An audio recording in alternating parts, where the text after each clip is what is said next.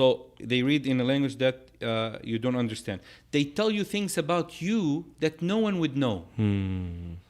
That's not possible unless they ask your Qareen. Subhanallah. That's another problem that inshallah maybe once we could discuss the Qareen part, because that's your biggest betrayal. Like your Qareen is the one who betrayed you. They give your information out. Is the jinn that's assigned to people. The jinn is assigned. The shaitan is assigned with you from the time you're born till the time you die. They know everything about you, even what you think of. If you go to those palm readers and they tell you, come on, those ones who says these lines mean you're gonna get work. I'm like, you're gonna get married someone that you like. Of course, I'm not gonna marry somebody you hate. You know, but subhanallah, some of them say things that don't make sense, but some of them say things. Can jinn know your thoughts? Shayateen. Your Qareen does. Your Qareen does, and that's why your Qareen is the most dangerous. قال قرينه ربنا ما أطغيت ولكن كان في ضلال بعيد. وقال قرينه هذا ما لدي قال قرينه ربنا ما أطغيت ولكن كان في ضلال بعيد. قال لا تختصموا لدي وقد قدمت إليكم بالوعيد ما يبدل القول لدي. That's the jinn Qareen who's gonna come in the day of judgment saying to Allah subhanahu wa ta'ala, I know what he thought of, I know what he wanted to do, I had nothing to do with it, I didn't tell him to do it, it was all his thoughts, all his plans, and for me, I'm just out. That same Qareen, if you go to a palm reader, that palm reader connects with your Qareen. So they ask them quickly. So they can tell you things that there's no way they would have known, but that's because he's communicating with your jinn, with your Qareen. Getting that with secret your info. Qareen, getting all the information. And people think, oh, he's from the awliya, he knows these ghaib, na'udhu billah. And this is how the ghaib reveal to certain shayateen, and people are fooled by it. That's what the Prophet said, فَإِن صَدَقَكَ مَرَّةً, if he says the truth once, meaning something that he knows, كَذَبَ مِئَةَ مَرَّةً, he'll lie 100 lies. Times, because he only knows those things. So Iraqi type. What about ruqah who takes money? When it comes to taking money, I would say it is permissible for a raqi based on the fiqh perspective to take money reasonably. Like you mentioned, Hayt al-Sahabi that took the goat. Yeah. But you read for 1 hour. That is called what? Locking of time. I logged your time like a doctor. Yeah. So it should be ju'ala, which is a prize, and study this. Any raqi needs to study fiqh. You have to understand what's the difference between a payment and a prize. A payment is giving for work that you do, knowingly the work and the person done it. A prize is giving even if you don't know the result, or even if you don't know the person. So it's called ju'ala in fiqh, which is something that you give to an individual for certain work that they do after they're done. So if you run 1 mile, I'll give you a prize. Like, what if he doesn't? No, he has to finish the mile. So for you have to treat first. But people who charge crazy money, people who give you things to use other than water that has ruqya, olive oil mainly, and I would recommend everybody, just easy, simple. Just have water, olive oil in your house, read on it, and I could show you how to read on it. If one of the brothers could give us a bottle, inshallah, to show you. Get us some. And then have it, rub it on your body. إِنَّهُ دُهْنْ barakah. And the Prophet ﷺ did it. And then shower with this water or drink it. Now, what if they give me something to burn? They tell you, you know what? Take this paper, read Ayatul Kursi. Look how beautiful. And then burn it. And take the ashes, wipe over your body. Or put it in water and shower with it. No. So the burning is a sign of magic. Burning is getting rid of magic, not using it. So if he tells you to burn it and use it, he's applying magic on you. So you have to be careful of what he gives you. Or sometimes he'll give you things to use. You could have allergy. So you have to know what are you using. So other than water. Now, how much should I pay for the water? Wallahi, I would say to the raqi, why are you charging people for water? Let them get the bottle and you read on it. Get 1 gallon and you read on it. But some people say, oh, you need to buy like a special musk attar that costs 20,000. White musk, yes. No, this is the thing. If we do it reasonably, yani, if I am reading I used to read every case between 1 and 3 hours. Oh, subhanallah. I read on a brother in Florida, almost 9 hours. It was a very severe case. I would read stuff for salah. We would eat something quickly, go back to 9 reading. hours. 9 hours. Wow, subhanallah. Now, who has the time? I have work. Yeah, yeah, of course. So I need to live also. Yeah. And I need some kind of income. Of So course. him paying you for that, now this is, but how much? I'm going to charge per hour $500. You're not a doctor. Yeah, Even that's a doctors brain don't charge surgeon that. right there. Yeah. Even doctors don't. And this is a problem. People will take the impression and they will accuse the Sunnah and they'll accuse the Quran. No, be reasonable. So it's okay to take money, but again, to be reasonable. So these things, I think they have, we have to be careful when we go to a raqi. And I will say, with all the love and respect to everyone who's in the field, I have not seen that many. I could actually count on my hands, and even less than one hand, within the United States, and I'm only going to talk about the States, because I went to Australia and I witnessed some cases there, severe cases of sexual assault, by jinn, rape, imams. And I'm not talking about imams. They call themselves imams, and they call themselves awliya, and they call themselves Peer Baba. Wallahi, I didn't want to say this story, but I know it's gonna go on, and it's okay. There's this person who claimed that, وَالْعِيَاذُ بِاللَّهِ مَعَاذَ اللَّهِ أَعُوذُ بِاللَّهِ, that the only way for women to be pregnant from her husband, if they're having complication or they delay in pregnancy, is that this person would have a sexual intercourse with her first. Before her husband. Can you imagine? And can you imagine that are people who are going to him, paying him money because of this? No way. Wallahi. This is clear. Where was this? This is clear than in the UK, in Australia.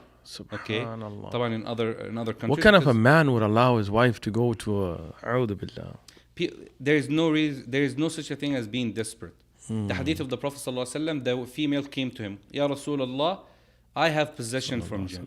Make dua. What did he tell her? Very simple. Should I make dua for you to be cured, or would you be patient and enter Jannah? I tell her the same thing.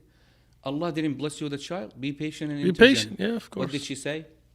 She said, Ya Rasulullah, I would like to be patient and enter Jannah. Yeah.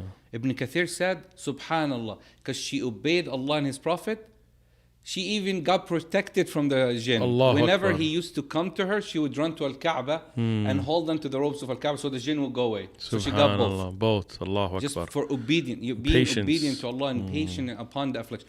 Consider it as sickness that you cannot find a cure for. Subhanallah. Better than falling into shirk, the haram or kufr, the shirk and zina. Alright, Sheikh. So we really want to learn what is the correct way to protect yourself. Meaning, you said, so first is prevention. Yes. How to prevent jinn, magic, ayn, and all of that. So tell us from the sunnah, from the authentic, established. First, prevention is to hold on to your adhkar every day before anything happens. Rely upon Allah subhanahu wa ta'ala in all your matters. Know that no one would harm you and no one would benefit you other than Allah. Hadith of Ibn Abbas in Tirmidhi is very clear. Know that you are under the protection of Allah subhanahu wa ta'ala when you connect with Allah subhanahu wa ta'ala. Huwa al-Hafiz. There is no one else who could protect you other than Him. And if Allah decrees upon you as a test, then you will go through it. No one was more religious than the Prophet sallallahu and then he was afflicted sallallahu alayhi wasallam. So it doesn't mean you're prevented, then you are protected. No. But then we have to do our part. The Prophet sallallahu said, very simple example, just one hadith to clear. Man qala, whoever says, Bismillah, tawakkaltu ala Allah, wa la hawla wa la quwwata illa billah. Bismillah, by the name of Allah. Tawakkaltu ala Allah, I rely upon Allah. La hawla wa la quwwata illa billah. I have no power, no will, nothing except from Allah, His power. What did Rasulullah say? If he leaves the house, the angel follows him, says, you are guided, you are protected, and you are under Allah's supervision. Khalas, don't worry about it. The shaitan says what? We can't get close to him. So say that again, Sheikh. Bismillah. Bismillah. Very simple. When you leave the house. Bismillah. Bismillah. Tawakkaltu ala Allah. La hawla wa la quwwata illa billah. Khalas, people, you've learned this today. When you leave their house, this is a symbol. The other adhkar are so important, but look at the easiest. When you enter the bathroom. Bismillah. Allahumma inni a'udhu bika min al-khubuthi wal-khaba'ith, from the male and female. And saying Bismillah protects your aura from the shayateen. From the sighting of the shayateen. So if a person goes inside the bathroom, they start singing, start looking at a mirror, the shayateen are looking at you. Yeah. Now this attraction we were talking about. You say Bismillah, and then Allahumma inni a'udhu bik. Even some of the fiqh opinions that when you enter the bathroom, if the bathroom is divided, like the shower area is far away from the toilet area, you could say, you don't have to say it loud, you could say Bismillah when you're in. You don't have to go out and say, you are. Especially when the toilet sometimes has its own door, it's a separate, And nowadays, alhamdulillah, or even leaving and coming back seconds, and you say Bismillah, oh Allah, I seek refuge in you from the male and the female of the shayateen. Rasulullah said, Allah subhanahu wa ta'ala will place a veil between their sight and you. Allah, they can't see you, they can't harm you, they can't touch you. I read on a sister, she used to sing in the bathroom a lot. I don't know if the shaitan didn't like her voice or what happened, but one day, and she never made dua before she entered the bathroom. She was an older sister. She told me, when I read, the jinn was 180 years old. Oof, jinns lived that old. He was young, no. 180 for us is 18 years old. So it's like a child. Oh, it's very young. Subhanallah. So I'm reading on her. I asked, why did you possess her? He was actually harming her so much. He said, she goes into the bathroom. Never says the dua. She's always singing. Okay? So what he did. So people singing in their showers should stop. Shouldn't be. You know what he did? The shower curtain was closed. He went inside. Okay? The shampoo dropped. When the shampoo dropped, she thought, what would you think in a bathroom? She got scared. She passed out. When she fell on him. So he was taking revenge from her. Subhanallah. But this is something we didn't mention, and we should. Because when we talk about jinn are so ignorant. Their level, you're talking about 80% of jinn, their level of education, if you want to put it this way, would not pass middle school. Wow, so they're ignorant. Elementary school. So when they do things, they are doing it out of reactions. Ignorance. It's like, why would you harm someone for that? They don't know. Because you can harm jinn unintentionally. Right? You can. One of the ways is pouring hot water in the sink. Don't ever do that. Subhanallah. Turning hot water on without saying Bismillah. Because jinn, shayateen, this is where they stay. Water pipes. Water pipes? In your house. This is the most area that they disappear in. And I've never heard this before. Yes. This is amazing. So let's say boiling water. If you boil water and you didn't want to use it and you want to pour it in the sink, don't ever do that. I have read maybe 100 cases are like that. Subhanallah. They got harmed by jinn, taking revenge because of this. Garbage area. Okay? Don't say Bismillah before you get to that area. That's where they stay in your house. Of course, bathrooms. This is other shayateen and other areas. So, ruqya. Where we're speaking about ruqya and how. So like at night. Number one, adhkar. Morning and night. Ayatul Kursi at night. No, morning and night adhkar in general. Now, what should they do? If somebody wants a specific instruction daily to be quickly, now everybody needs to listen to this, inshallah, and copy it down. Number one, Surah Al-Fatiha. People take notes. Yeah, Surah Al-Fatiha. And I would recommend read it 7 times. Okay? Now, the last 3 verses of Surah Al-Baqarah. Subhanallah. The Prophet ﷺ, he said, whoever reads them in the morning or at night, he is protected. And they have so many hadith about those ayah. The last, if we're talking about general ruqya, let's just stay to the general ruqya right now. Not the jinn, not the magician ruqya, this, not the, protection from magic and all of that. So these. Beginning of Surah Ali Imran, 5 verses. First 5 ayat. First 5 ayat. From the end of Surah Ali Imran, from إِنَّ فِي خَلْقِ السَّمَاوَاتِ وَالْأَرْضِ وَاخْتِلَافِ اللَّيْلِ وَالنَّهَارِ till the end of the page only. To the last page, the last page. And then Surah Al-Saffat, the first page. And then Surah Al-Jinn. The whole thing? The whole surah. And then the last 1, 2, 3, 4. 4 verses of Surah Al-Hashr. Al-Hashr. From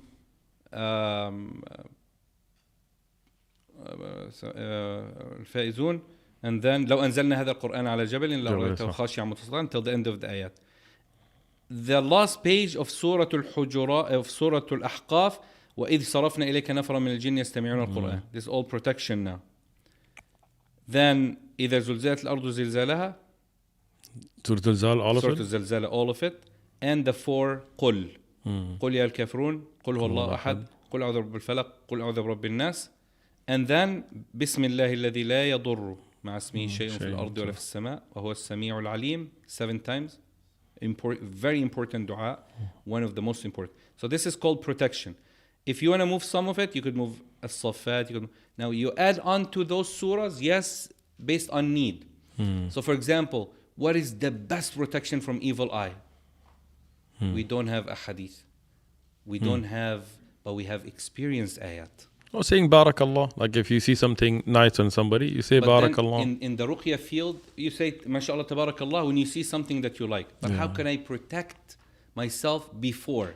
So saying MashaAllah upon everything, or even if someone sees you and doesn't say MashaAllah, you should say it upon yourself and also remind them to say it. Yeah, so if you see something, you say Barakallah. If it's something yours, then you say MashaAllah la quwwata illa billah from Surah Al. But then you take Surah Al-Kahf, verse number 39.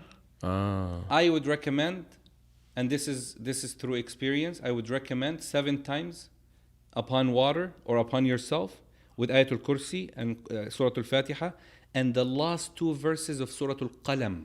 Qalam. وإن يكاد الذين كفروا ليزلقونك بأبصارهم لما سمعوا الذكر ويقولون إنه لمجنون وما هو إلا ذكر العالمين. You blow on your hand. This is how you do nafth. Nafth means blowing without saliva, and you wipe over your face and your body. That's what Rasulullah ﷺ used to do to Al-Hasan and Hussein.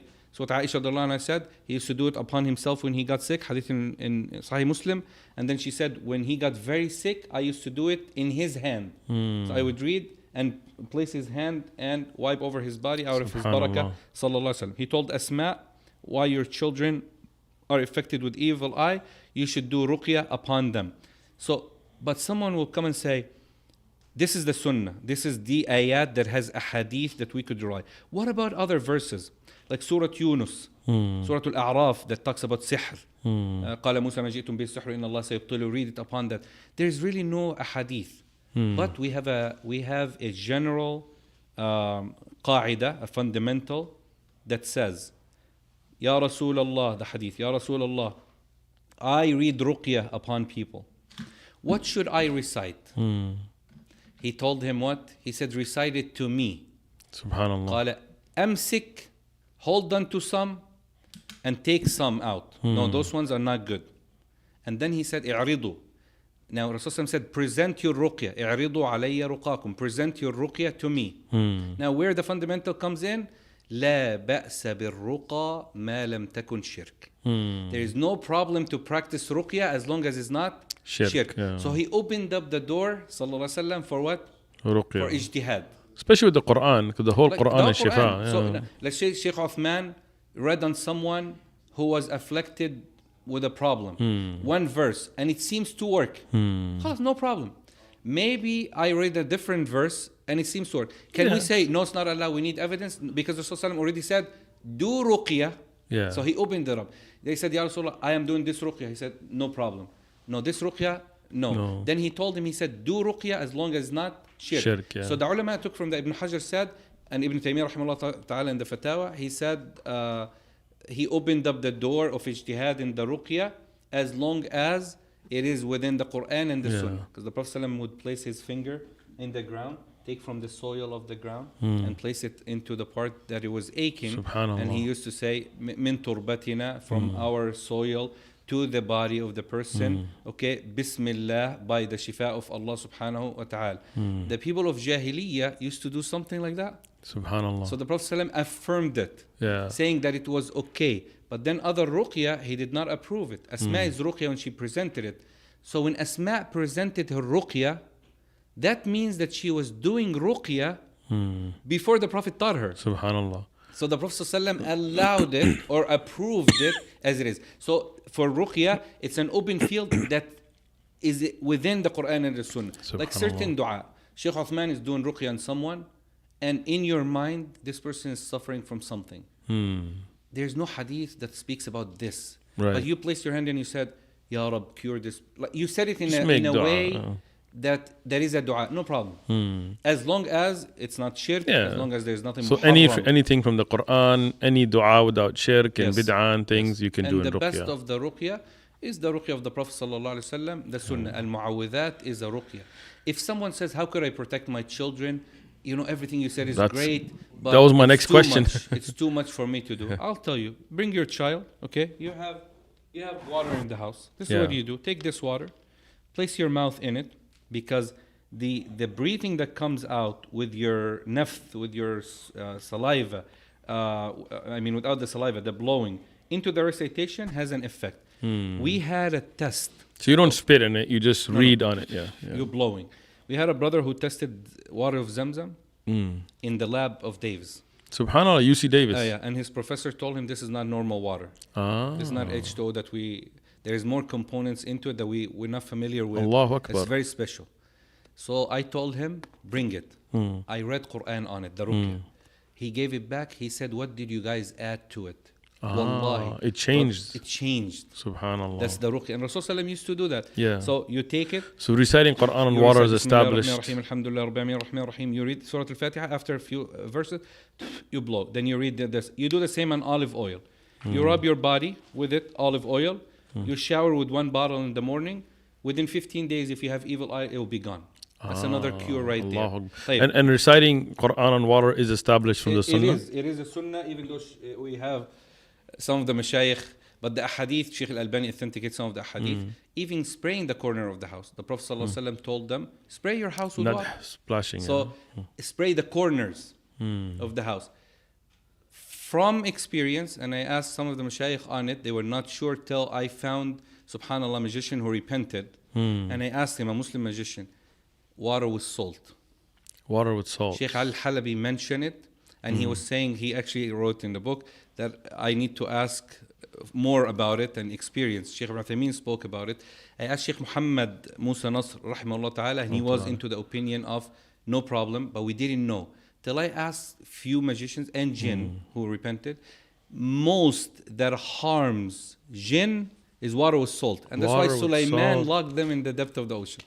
Salty water. Salty water. Okay, take salty water, read on it, spray the house with it. So again, what if somebody says, but the hadith is not, again, we already have the fundamental. No problem with the ruqya, because ruqya is experienced treatment, not a set treatment. We don't have a section that says Babul Ruqya, like in the hadith. No, we have it everywhere based on someone did this. Because Rasulullah told him, he said, how do you know Al-Fatiha was Ruqya? Well, he didn't have evidence that Al-Fatiha was Ruqya. But he did the analogy that Kitab. So anything that people could practice, everything we mentioned right now, alhamdulillah, is within the Quran and Sunnah. Anything out of that, I would say be careful. Subhanallah. So what else can they use? Something in India that is well known is called hinteet. That spice is one of the most effective cure for magic. Hinteet? Yes, hinteet. Hinteet. Yeah, it's like a neem or no? It's a spice that maybe we could inshallah share it in the comment or put we'll something put it in the on video, we'll put inshallah.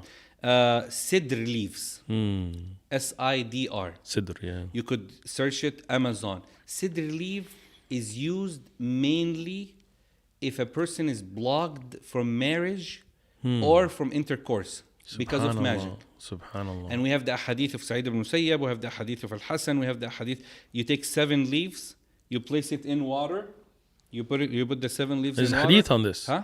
There's hadith on this. Oh yeah, yes. And you leave it till it completely absorb it, and then you take it and you shower with it. Subhanallah, our Sheikh Wahid did it to a person who's newly wed. And a magician locked him from his wife. Subhanallah. And the Sheikh said, Wallahi, you do your thing and we'll do our thing and let's see who wins. Well, subhanallah, Allahu Akbar. It helped. Everything we have said, there's the most important condition. Tawakkul ala Allah. Putting your faith in Allah subhanahu wa ta'ala. They